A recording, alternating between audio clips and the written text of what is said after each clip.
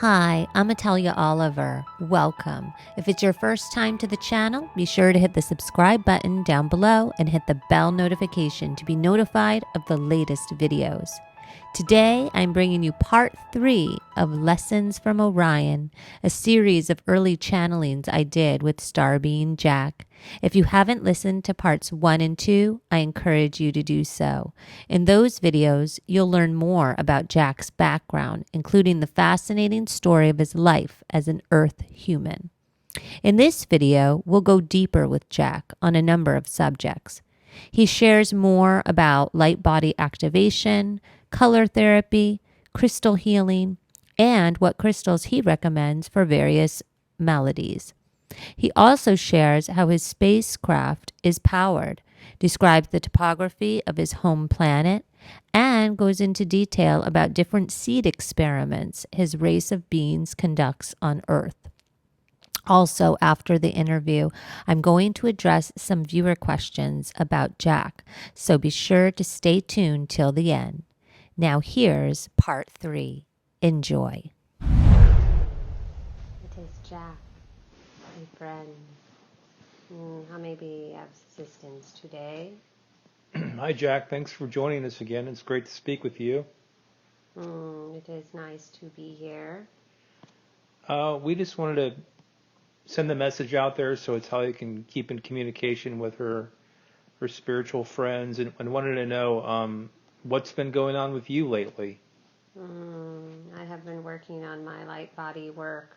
I have not forgotten to gather materials for my next encounter with her to talk about the light body activation in humans. And I hope that it will help her.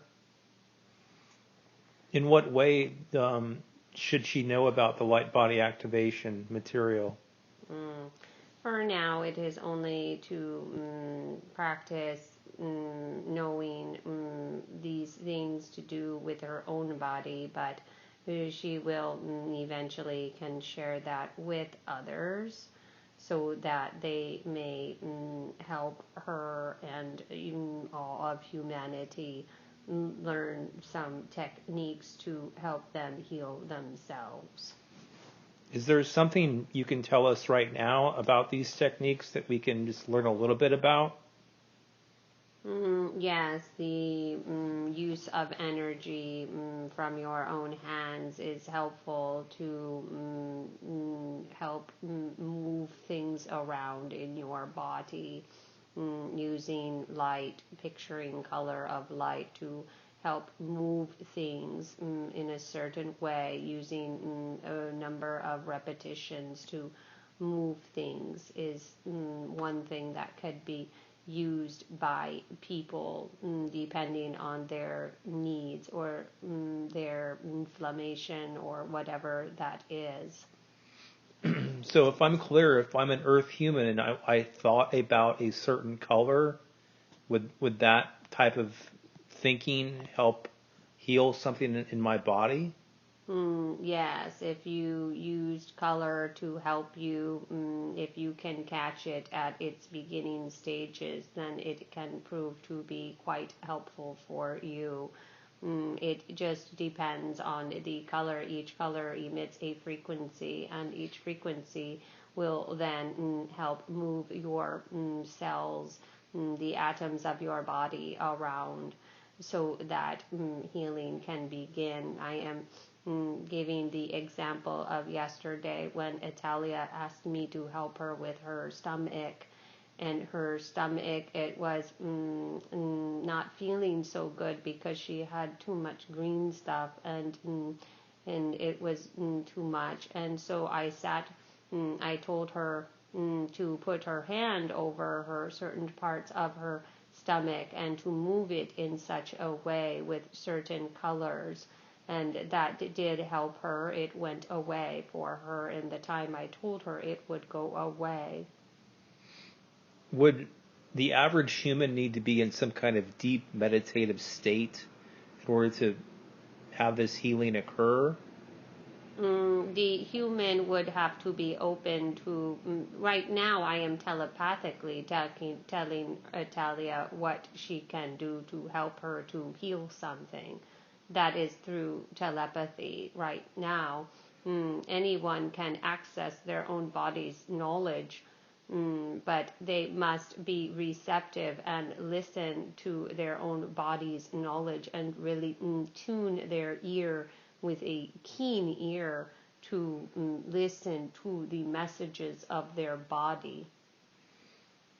Is there a specific way an Earth human can do this to make it a little bit easier?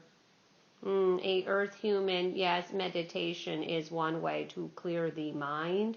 So to have access to that space of consciousness that exists in your minds, it is there. It has not been tapped into yet, but it is there.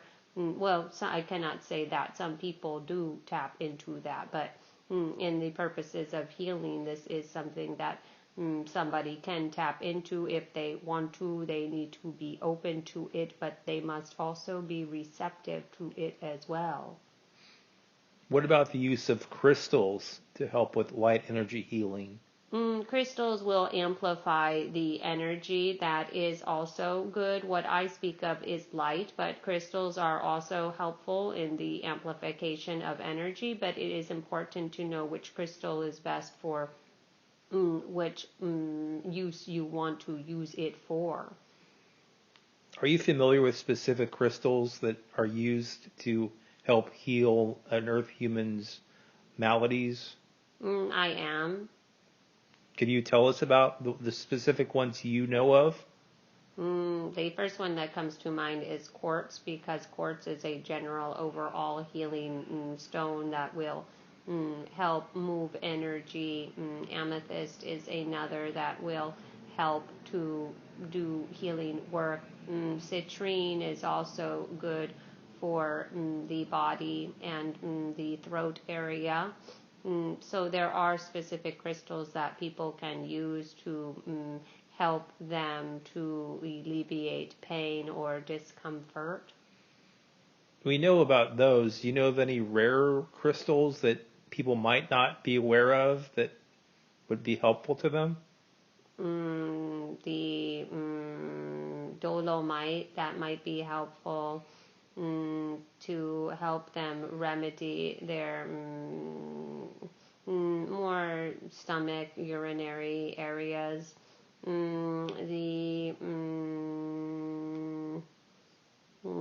am showing Italia the chrysocolla. That one is a good stone to help also with healing and anything healing with the heart. Do you use crystal technology to help power your spaceships? We do not use crystal technology. We are free energy. How are your ships powered? Our ships are powered by the powers of our thoughts. How many other beings are working with you at this point in time on this light energy technology? There are about 5 to 25 people working on this subset. So do you have a specific group of beings you work with regularly on this project? Yes and no. Some people go off and do other things so that I don't work with them no longer, but there are others who stay and continue to do the work. What other kinds of projects are going on your ship? There are seed experiments that are happening with seeds for different Earths. We are looking into the types of food, and we do not eat food, but we are looking at different seeds and experimenting with them for the types of crops and things like that for your planet and for other planets to help them to grow. So we are experimenting with new types of food.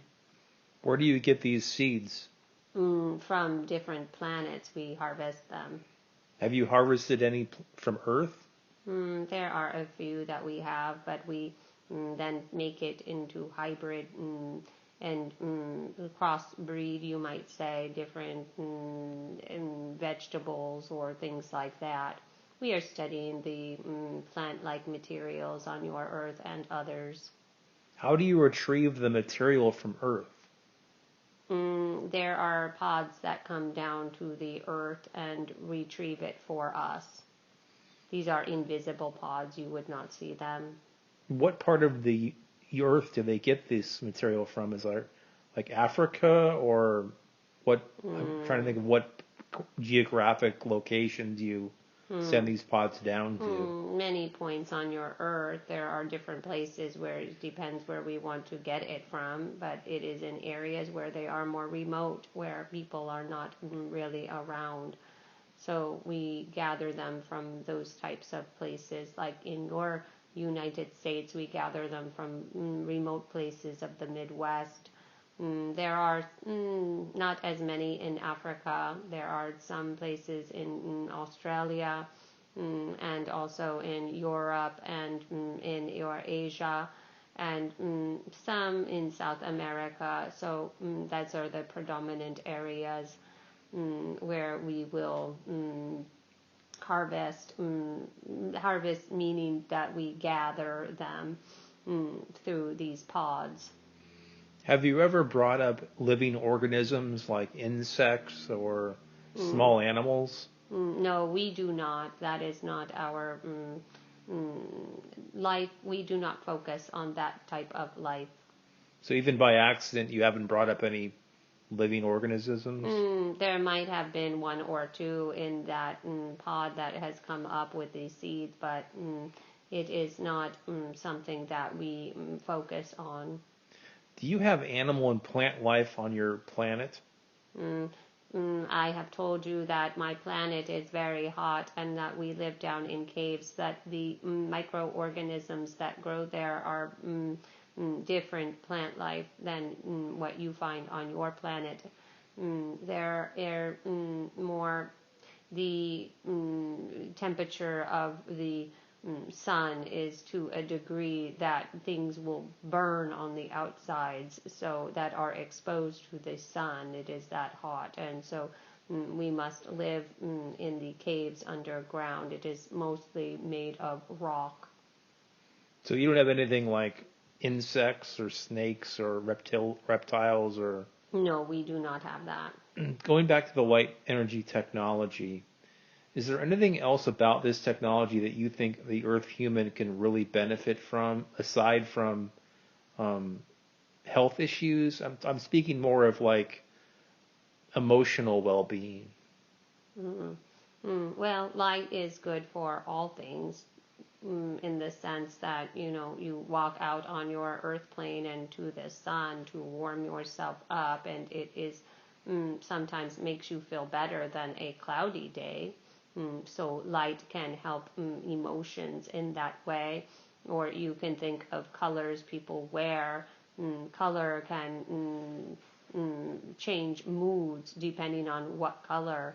If somebody is wearing brown versus, let's say, a bright red, maybe their mood is a little bit different. And so color can change in that way.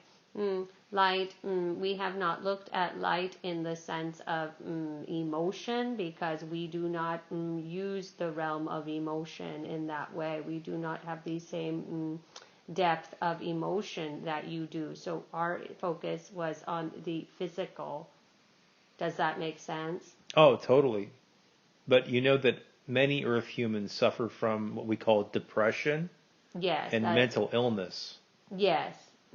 Yeah, like the blues, right? Yes. The blues. See, think color, blues, color.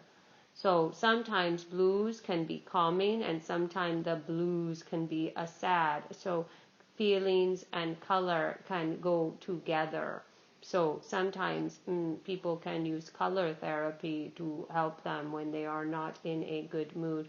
In regards to those you say who are mentally challenged in that way, I would say to you that their bodies, their specific chemistry is such that it has created this imbalance in their body. And so things that might work normally need to be altered or skewed. Like many children in America get diagnosed with ADHD, is what we call it. This we think is some sort of maybe a chemical imbalance, but it's a major challenge for many children on our planet. Do you see any type of color or light therapy that would be beneficial for those kinds of things? Yes, the color yellow would be good. That one is life and vitality, but also the color of blue would be helpful because it is a very calming color. To be cloaked in blue color is very calming for those individuals who are dealing with that issue. So sunlight is important, and green grass is important, that they run on grass, and the color green, being in nature, is very important to their well-being.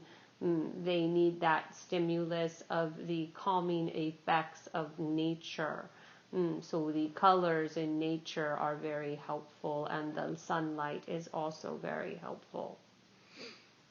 Just back to the subject of the Earth human child. Let's say parents wanted to decorate their child's room in a specific color to help with their emotional well-being. What colors would you recommend? I would recommend the colors of the sea. Why?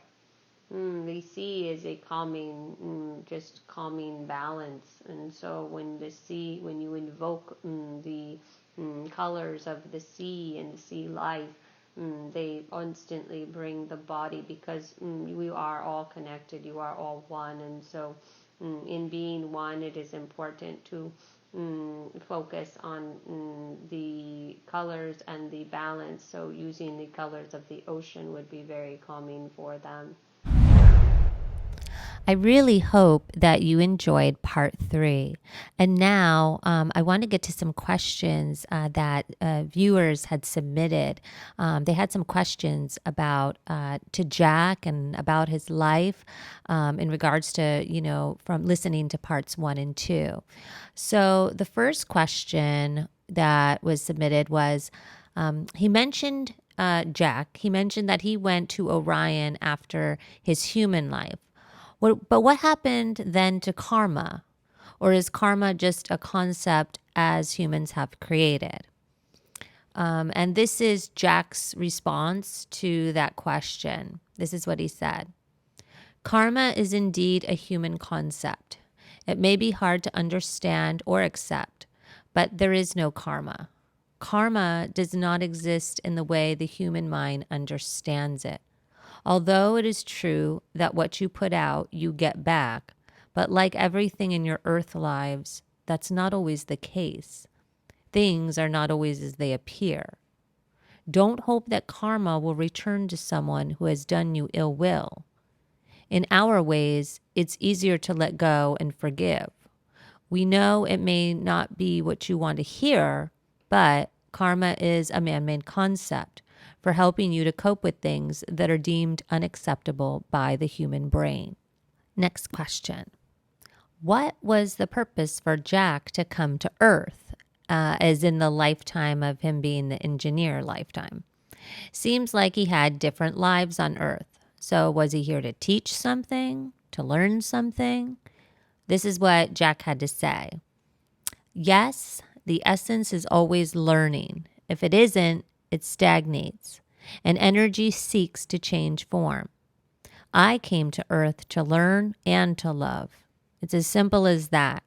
Humans want to create elaborate reasons or explanations when truly it is simple. It's just to be and to love. That's all. Anything else beyond that is added stimulation for the soul. This was another question. He mentioned that he and his wife each went to their own realms after human life. Then why did he choose her? And this is what Jack said. Instead of asking the why, the question really is, did I choose her? And the answer to that is yes and no. We chose each other to a degree. There's more to this choosing, as humans understand it, than meets the eye. Sometimes it's not chosen for us at all. I will leave this concept simply as it just is. And, you can make of that what you will, but it sounded like to me with Jack that there was more there in terms of this idea of choosing, and that we chose this or we chose that, but perhaps it's not always about choosing things before we incarnate here on earth. Maybe there's more to this idea of choosing than meets the eye. Makes me wonder, this idea of choosing, and because, why would a baby choose to come into this life and then die? Why would a 3-year-old choose to get kidnapped or be in a human trafficked and things like that? What was that for? So there's these things about choosing. Do we really choose everything? And Jack seems to open up to this idea about there's more about this choosing, that maybe there's parts of it that perhaps we do choose, and maybe there's others that we don't. And perhaps that's more than we can understand in our, human comprehension at this time. So, yeah, it's really interesting, though, I thought, his answer on that about the yes and the no, and to the degree. So the next question was, does he miss her right now as Jack? And Jack said, no, I do not miss her because she's already with me in essence. There's nothing to miss. I connect to her vibration anytime I wish, just as you connect to those who've crossed over anytime you wish. Okay. The next question, and the last one was, does that mean that partners are chosen based on things we need to learn from each other, even though after human life we separate? I had the idea that some partners travel together. And this is what Jack said. Some partners, as you understand the concept of partners, may wish to travel together or apart, but understand that they're never really separated. That's only an illusion. In truth, you and those in your soul family, which is vast, are always interconnected, even when you may not see them in physical form or sight. So I hope these questions, or the answers that Jack shared, gave you some more insight into his life and into who he is. And if you like this video, please hit that thumbs up button, subscribe, and share, because it really helps me. Until next time, be well.